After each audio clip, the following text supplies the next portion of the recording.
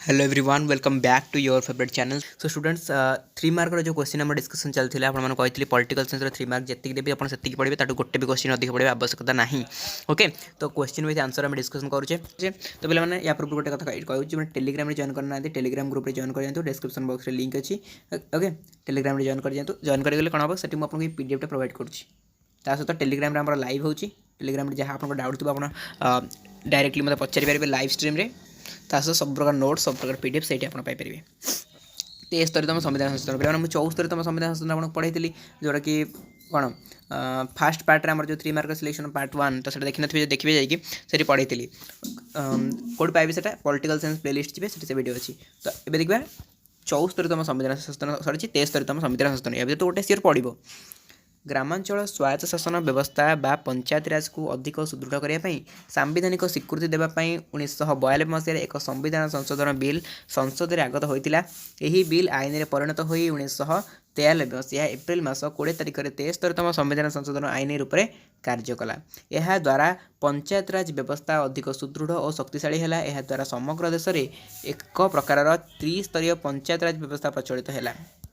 यार कार्यकाल 5 वर्ष होगा मोट निर्वाचित आसन संख्या को 1/3 स्थान महिला मान संरक्षित है।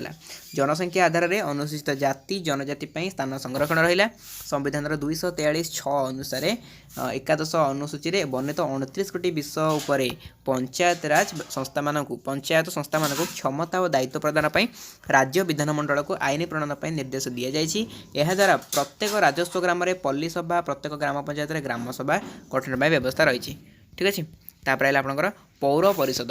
ठीक अच्छे ये भी इंपोर्टेंट रोचे पौर परिषद सहरांचल स्वायत्त शासन संगठन एक गुरुत्वपूर्ण मध्यस्तरीय अनुष्ठान होची पौर परिषद। तो पे गोटे कथा कहूँ कि पे पचारे केतबे क्लास हो लाइव क्लास हो जोटा कि रेकर्डेड क्लास हो केतबे क्लास हो तो पे टेलीग्राम में मुझे जन दिए केतबे क्लास हुए पूर्व मुझे जन देता है तो टेलीग्राम में व्हाट्सएप चैनल भी जन देता है तो जॉइन करेंगे से मुझे जनईदेवी। तो प्रायतः आम क्लास गुड़ाक 7:30 8टा ये टाइम हुए। तो नॉर्मली ये टाइम आप एक्टिव थे जो नोटिफिकेशन आपको जॉइन करेंगे क्लास रे। ठीक अच्छे यह 1 लाख ରୁ 10 लाख जनसंख्या विशिष्ट सहरांचल गठित होता है गोटा पौर परिषदटा। तो 1992 मसीह 74तम संविधान संशोधन आईन यह सांविधानिक मान्यता देछि। नगरपालिका नाम परिचित यही संगठन यार प्रत्येक वार्ड निर्वाचित काउनसिलर बा सदस्य मान नहीं गठित होता है। सभ्य मैंने जड़े अध्यक्ष को निर्वाचित करते जी यार मुख्य हिसाब से अनुष्ठान परिचालन ठारू प्रशासनिक कार्य संपादन करती। यह कार्यकाल 5 वर्ष।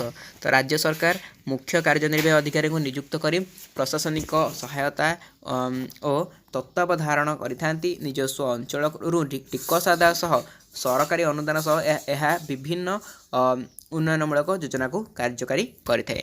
मैंने बुझे दिखती बट बुझे टाइम बहुत दरकार हो। बट आप बुझीपारे कौ जिन मतलब कहे ना मुझे एक्जामपल आप सांप्रदायिकता बात बुझीपारे कहे कि नहीं सांप्रदायिकता बात बुझीपारे। तो ठीक अच्छे तो टेलीग्राम में ट्राए करेंगे आपको गोटे सर्ट वीडियो बुझेदेवाई।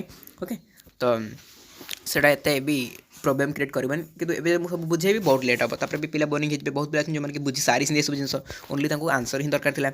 ओके सांप्रदायिकतावाद संकीर्ण और अযৌক্তিक दृष्टिकोण भारत में सामाजिक बहुवाद बा सोशल प्लुरालिज्म को स्वार्थपर लक्ष्य हासिल दिगरे व्यवहार करागले ताकू सांप्रदायिकतावाद कहुए।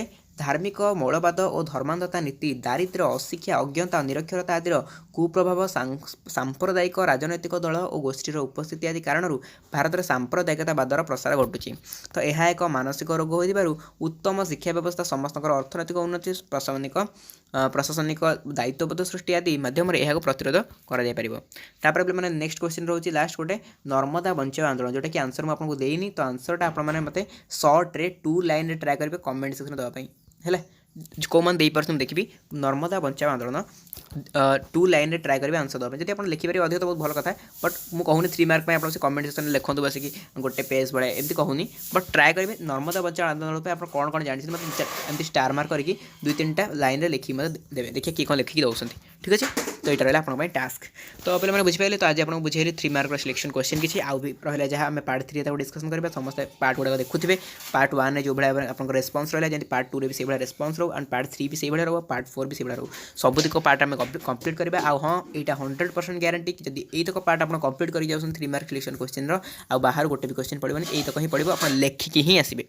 ठीक अच्छे तो थैंक यू सो मच।